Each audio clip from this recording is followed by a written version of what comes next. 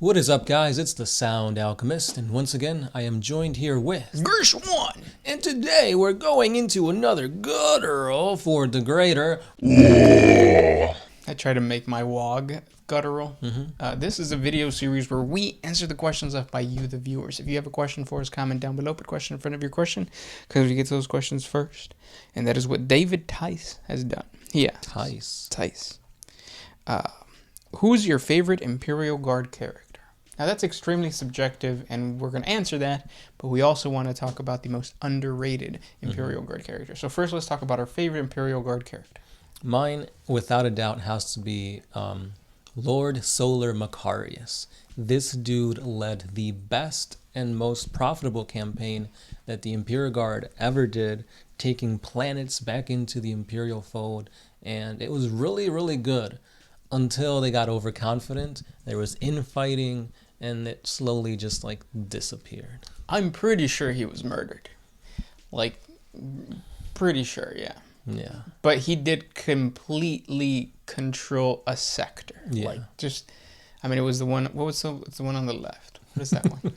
It's not the Ultima one. No, but like, no. the point is that it's an entire sector that he kind of like cleansed in a way. And to have just regular humans do that, that's a feat. Exactly. That's actually a really good one. And didn't he end up being a saint or something like that? Something like that. I mean, he died, obviously. Murdered or not murdered, he was a martyr. So it's kind of like a showing of like, look at this guy. Chosen by the Emperor himself, and look what he can do. You can do it too. Yes. For me, my favorite is Commissar Yarrick. I knew it. Because, I mean, it's Yarrick. Has ties with the Orcs, right? Yeah. And when I did his lore, like, I was really surprised about the fact that God School captured him and then was like, you know what? I enjoy you almost killing me so much that I'm going to let you go. You know how to bring a proper fight. And I think that's kind of cool. Yeah. It really shows how much of, like, Gaskell was into, like, BDSM. Yeah. Where it's like, oh, you bring me to that point. Yeah. I don't want this to end. He just wants him to keep choking him. And then look what happened. He got his head cut off. Oh, yeah. By Ragnar. Freaking Blackmane. Now let's move on to the most underrated Imperial Guardsman. What's that one guy that's like the tank dude? He's kind of like short and stubby. He's got the trench coat. Oh, I forget his name. With the sword? I think he's got a sword, but most of them do. Yeah. I want to say it's like Pask. Something like that. I don't know. Yeah, I forget his name, but that's how underrated he is. I don't even know, know his name. But he's pretty legit. Like, he fought against the Tau a couple of times. I want to say it was during the Battle of Mugulath Bay, the Agrellan War. But yeah, he did his thing. I mean, he knows his way around a tank, so much so that it gave... oh, no, I'm forgetting the Tau commander dude that's in the tanks. I know who you're talking about, yeah. Yeah, like those two went head-to-head, and it was like a very tactical battle. Yeah. I'm going to have to look him up. I don't know who he is. I think it's Pask. Because I know the Tau commander that I was about to make a 40X video last week on him, and I was like, oh, this guy's kind of interesting. It's just his story is short. So I was like, he's kind of new too, so there's not much on him. Yeah. Long strike. Yeah. Yeah.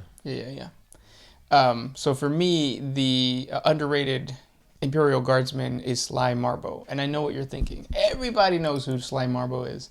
You know the meme.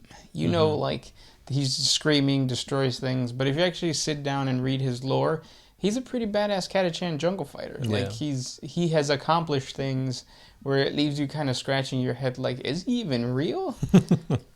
He's like the Chuck Norris of 40K. Yeah, and that part of it, like the goofiness of it, especially like if you go check out his 4chan like list of things that he has done, like a lot of them are really funny, and it kind of paints him in a way of like a comedy person, but like no, he was an actual soldier and he was actually really badass, or he is, and yeah.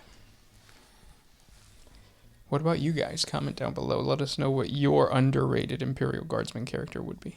In general, they're all underrated. They really are, yeah. Because it's like, they're humans, what are they going to do? And then you see what they do. Yeah. Not much, but enough.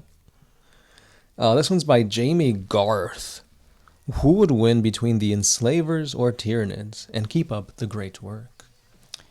The Tyranids would win just because the enslavers have no way of entering the immaterial world through the Tyranids. Right, because the Tyranids are like the antithesis to the enslavers. Because the enslavers, their whole thing is they come in by attaching themselves to a warp individual, or an individual who's a psyker. They then control the body to make the person itself into a warp portal to allow more enslavers to come out. Tyranids, they have the shadow of the warp, and that's putting a huge do not enter sign for enslavers. Yeah. And I don't think enslavers are really like, they can't, when they invade, it's like a pest. Mm-hmm. Or when the Tyranids invade, it's an army. Yeah. Yeah. But these pests, I mean, they did a lot. Yeah. I mean, they had to make the old ones go away. Yeah. So they completely destroyed an entire galaxy. they didn't just make the old ones go away, but they also made the Necrons sleep and hibernate until there was a reset of life. Yep. It's crazy. This question comes from Lord Devilfish. Do purple orcs really exist, or are they too sneaky? Well, I've never seen one. That's true. So, who's to say they do or they don't? It could just be a figment of our imagination. Rumors have it that there's been a purple orc behind us this entire time. Mm-hmm. This one's by Hard Base Doge. My bad if this is dumb, but what would happen if you accidentally inhaled an orc spore? What would happen to your body?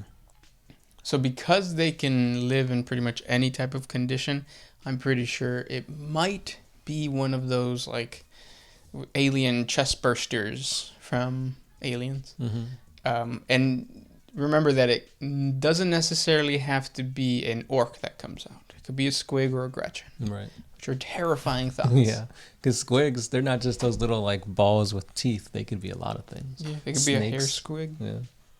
Or snakes, yeah. An orcoid pie, maybe? Somehow, some way. Next question. This one's by Group. If necessary, would somebody high up in the Terran leadership be able to contact the Emperor astropathically? Now, I know he is a beacon for ships in the warp, so would it be possible to do this? Not that we know of. Like, you have to be a really strong psyker, and the strongest psykers are the navigators. Mm-hmm. So, who is the highest navigator right now? I don't think they've told us, right? I don't think so. But even then, like, I don't think the Emperor or anybody, like, would allow just any old, high lord to contact the Emperor astropathically. Yeah, because there are barriers. There's psychic barriers around the throne room. Yeah. That the only person that has ever been able to breach them was Magnus the Red. Yeah, and that was like the second strongest psyker besides the Emperor. Right. So if he can barely breach those, barriers, like pretty much nobody else can. Right. This question comes from Heron Royer. Are you guys going to do a giveaway this year? Yeah, for sure. Probably a starter set. Starter sets probably. I mean, 'tis the season. It is. And Christmas music is already playing out. I was about to say out in theaters, out in the radio. So yeah. I really want to get into the Christmas spirit this year. So I'm gonna drink a lot of eggnog. Eggnog is really good. I had some yesterday. And get diarrhea because that's what it does to me. I'm lactose intolerant, so I'm still feeling it. Next question. This one's by Yarman? Are there Ogren females? And can a human breed with an Ogren? Asking for a friend. Yes and yes. This guy in the comments says, like, the problem is that Ogrens are huge. It would be like throwing a hot dog down a hallway. It still happens. Mm-hmm. I mean, if there's a will, you bet there's going to be a way.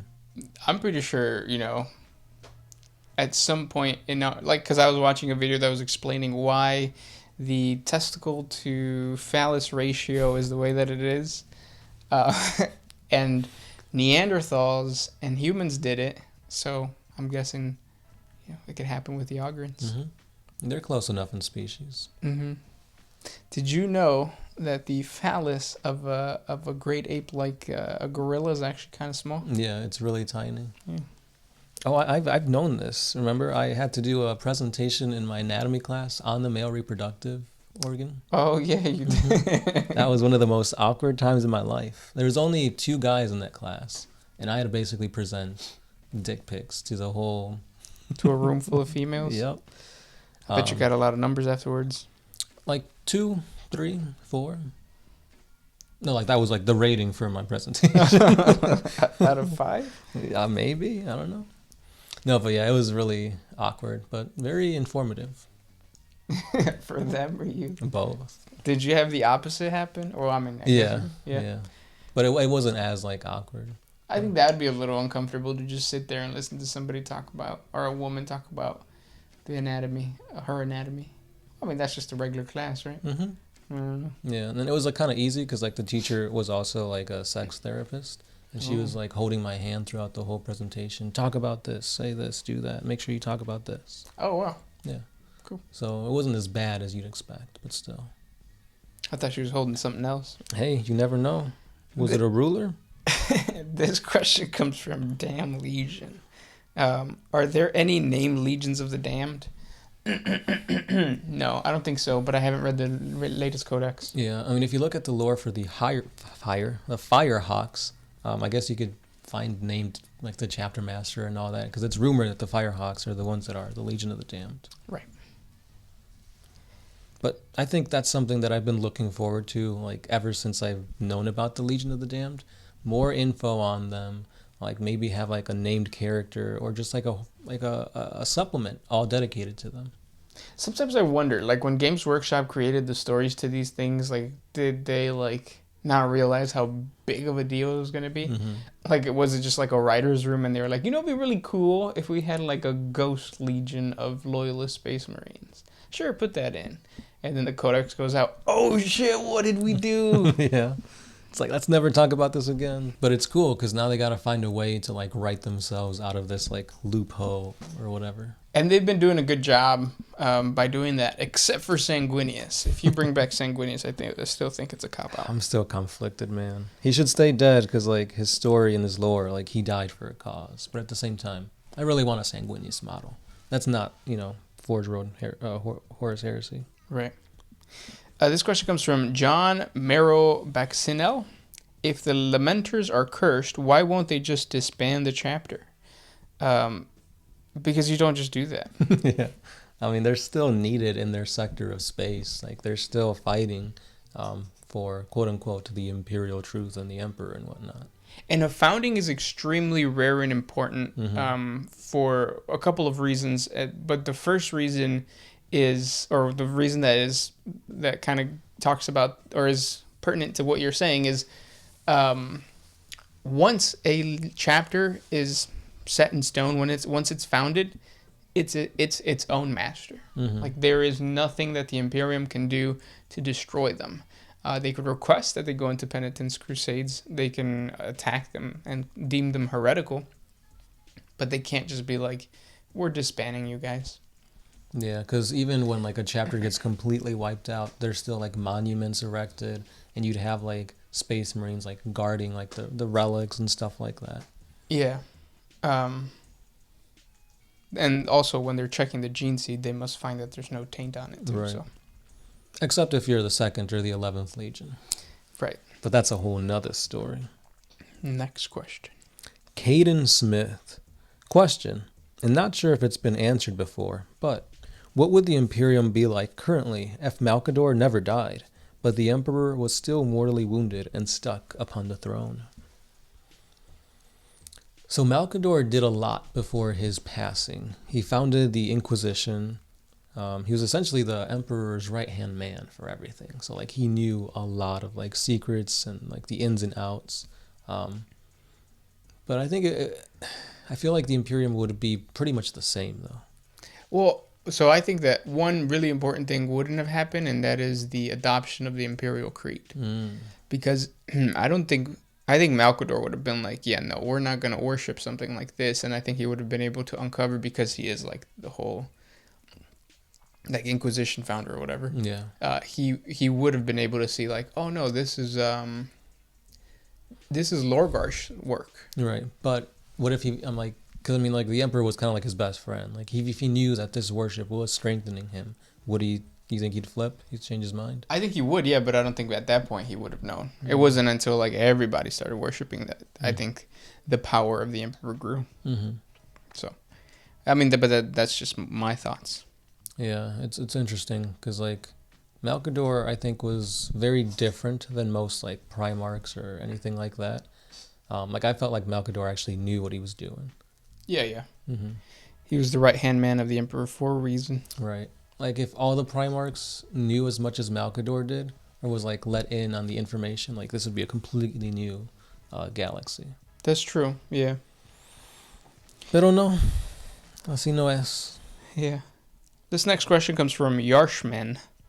Is the slit in a Taos forehead an olfactory organ? Wouldn't you like to find out? Have we ever gotten any info on it? Yeah, there's been, I don't know if it's legit or not, but I think it is an olfactory organ. There's been like xenologists that have dissected Tau, and I think that's what they came up with.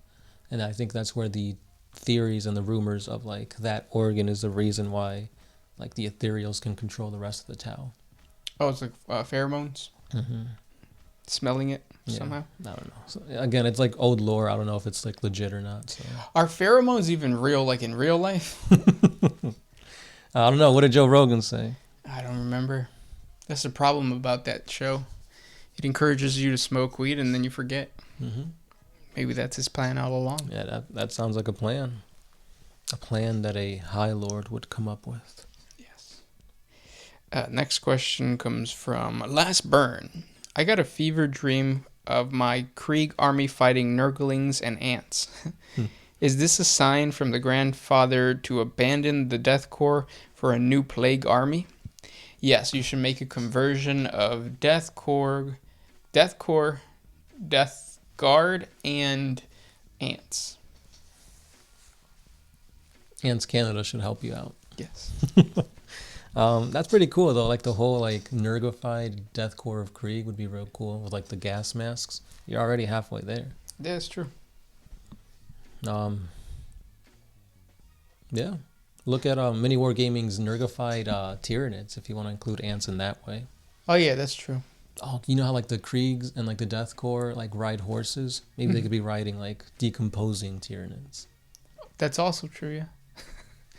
That would be cool too. Yeah. It's a lot of conversion work, but it's doable. It's expensive. You could probably get a down payment to a house by the time you're done with your army, but yes, do it. 100% do it. It's for the hobby, right? Evangelium. Is the Void Dragon the machine god? Claro! At this point, though, now that we have the Void Dragon as a model, I think that theory is going down a little bit. Right. But it's like, it's just a shard of the Void Dragon. So we know that there's not just one Void Dragon that's intact.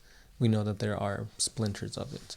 So it could be that like there's a massive shard of the Void Dragon underneath Mars, and that's what they've been praying to. That's what's made it smell. Mm-hmm. That's why the sands are red. It's not Martian soil. It's the blood of a god. Seeping upwards for some reason. Yeah. What, do you have another question? Dan Fab. There's those guys that can afford loads of minis, but obviously don't own soap. Why? I think it has to do with reward. Those types of guys never got the reward of smelling good. But they did get a reward whenever they painted minis and saw, oh, look how awesome these Nurgle Tyranids are. Yep. And it's not even soap, it's deodorant. Mm-hmm. And it's not even deodorant, it's good deodorant. Because I've had deodorant, like the clear deodorant, that shit makes me sweat. It's like, what's the point? Exactly. But I had to learn that the hard way by the reinforcement of, like, I would put it on because it was like, oh, it's for active people or whatever. Mm-hmm. And so that you don't get your shirts, like, messed up. And then you'd go out and play basketball and be like, oh, shit, I can't lift my hands. So then you learn not to wear that anymore. And it's funny because every time we'd play basketball, we'd like go eat afterwards. That's true. And but I think the smell as children, like the sweat of children smells less strong than like of grown ass people. Because you haven't gone through puberty yet. Is it because of puberty though? I thought puberty is what affects like the smell and like the stench. Maybe. I thought it was just like what we ate, because like back then we would eat like at our parents' house. And now we're eating like Mickey D's and fucking Chili's all the time.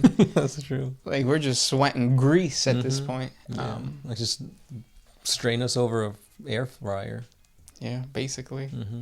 But yeah, I mean, as you can tell, we know a lot about the human anatomy. I mean, pee is stored in the balls after all. Exactly. If you guys have more questions about anything, let us know. This is Gersh 1. The Sound Alchemist. Ending it on that note. We'll see you in the next one. Peace. Always